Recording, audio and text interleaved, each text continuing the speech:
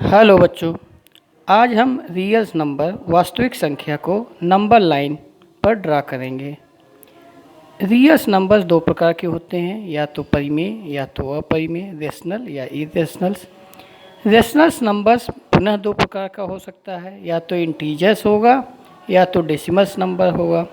Decimals numbers में पुनः दो प्रकार टर्मिनेटिंग नॉन टर्मिनेटिंग होते हैं, लेकिन टर्मिनेटिंग नॉन टर्मिनेटिंग को हम फ्रैक्शन के रूप में लिख लेते हैं, अर्थात p/q के फॉर्म में लिख लेते हैं। तो अब यही हम p/q के रूप में लिख के हम ड्रा करना सीखेंगे। दूसरा पॉइंट है इरेशनल्स नंबर्स वाला। इरेशनल्स नंबर जैसे करनी में 2, करनी में 3, करनी में 5, करनी में 7, इन सबको ड्रा करना अभी सीखेंगे। तो इंटीजर्स पूर्णांक को ड्रा करना कैसे होता है और उसके मध्य फ्रैक्शन को कैसे ड्रा करते हैं, देखिए। इंटीजर्स जब ड्रा करना होगा तो आप जीरो पॉइंट मान लेंगे। जीरो से स्केल द्वारा 1 यूनिट, 2 यूनिट, 3, 4, 5, 6 ऐसे ड्रा कर लेंगे।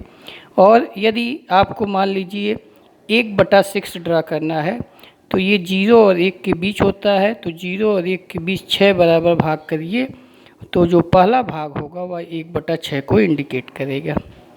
यदि आपको मान लीजिए 23/7 ड्रा करना है तो 23/7 को यदि आप डिवाइड करेंगे तो प्रॉपर फ्रैक्शन बन जाएगा 3 सही 2/7।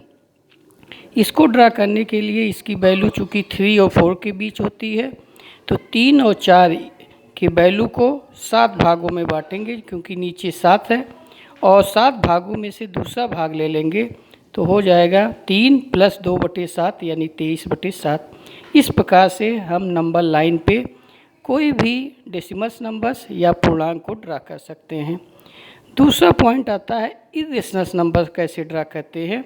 तो चूँकि इसको हम p/q के रूप में बेटा नहीं लिख पाते। अच्छा, यहाँ पे आप देखिए रेशनल्स नंबर्स, ये जो डिवीज़न वाली बात है कि कैसे 6 भाग में बांटेंगे, तो एक निर्णय है कि किसी भी दूरी को यदि आपको बांटना हो तो किसी भी एंगल से, जिस बिंदु से है, एक दिशा में 30 या 45 कोई भी कोण बनाते हुए खींचिए, सेम दूसरे बिंदु से दूसरी दिशा में, और 6 भागों करना है तो 6 भाग करके एक एक भाग आपस में क्रॉसपोंडेंस मिलाते जाइए, तो आपकी ये नंबर लाइन 6 भागों में बट जाएगी।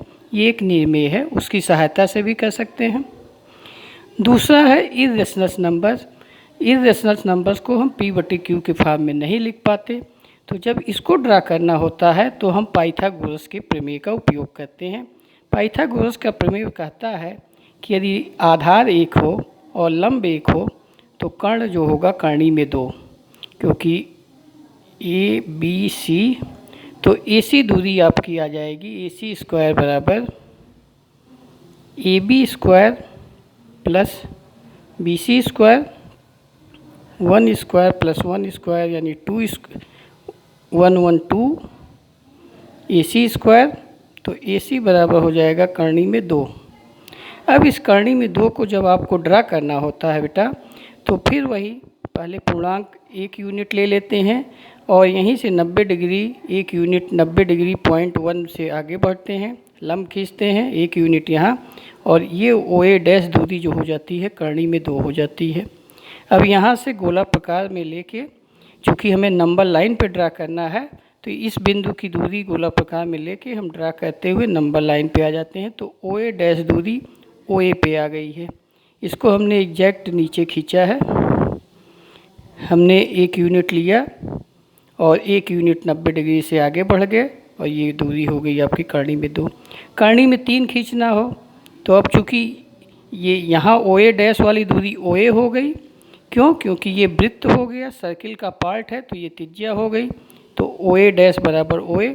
अब ये करनी में 2 दूरी हो गई, पुनः 1 यूनिट आगे बढ़ के, तो 2 का करनी में 2 का स्क्वायर 2 और 1 का स्क्वायर 1, तो ये दूरी पुनः करनी में 3 हो गई। यदि आपको 5 खींचना हो तो 2 यूनिट आगे बढ़ेंगे, 1 यूनिट ये और ये मिला देंगे यहाँ से, तो ये दूरी हो जाएगी करनी में 5। इसी प्रकार से यदि आपको 7 पहुँचना हो, यहाँ से यदि आपको 7 पहुँचना है तो करनी में 6 पहले खींचना होगा, और करनी में 6 और करनी में 5 यहाँ खींचे ही हैं, तो फिर इसको आप आगे बढ़ाएंगे फिर ये बिंदु आपका यहाँ से यहाँ तक करनी में 5 हो गया। 1 यूनिट आप आगे बढ़ेंगे ऊपर 90 डिग्री और ये मिला देंगे तो ये दूरी हो जाएगी करनी में 6। अब ये करनी में 6 पुनः यहाँ से गोला प्रकार से आप दूरी लेके यहाँ खींच लेंगे। ये दूरी अब हो गई करनी में 6। 1 यूनिट आप फिर ऊपर बढ़ेंगे और यहाँ से यहाँ तक मिला देंगे तो ये दूरी करनी में 6 और 1 ये हो जाएगी करनी में 7। इस प्रकार से आप अपरिमेय संख्याओं को ड्रा कर सकते हैं और ये करनी में 7 की दूरी को यहाँ से पुनः चाप लगा के यहाँ आएंगे, ये दूरी आपकी हो जाएगी करनी में 7। तो बेटा धन्यवाद।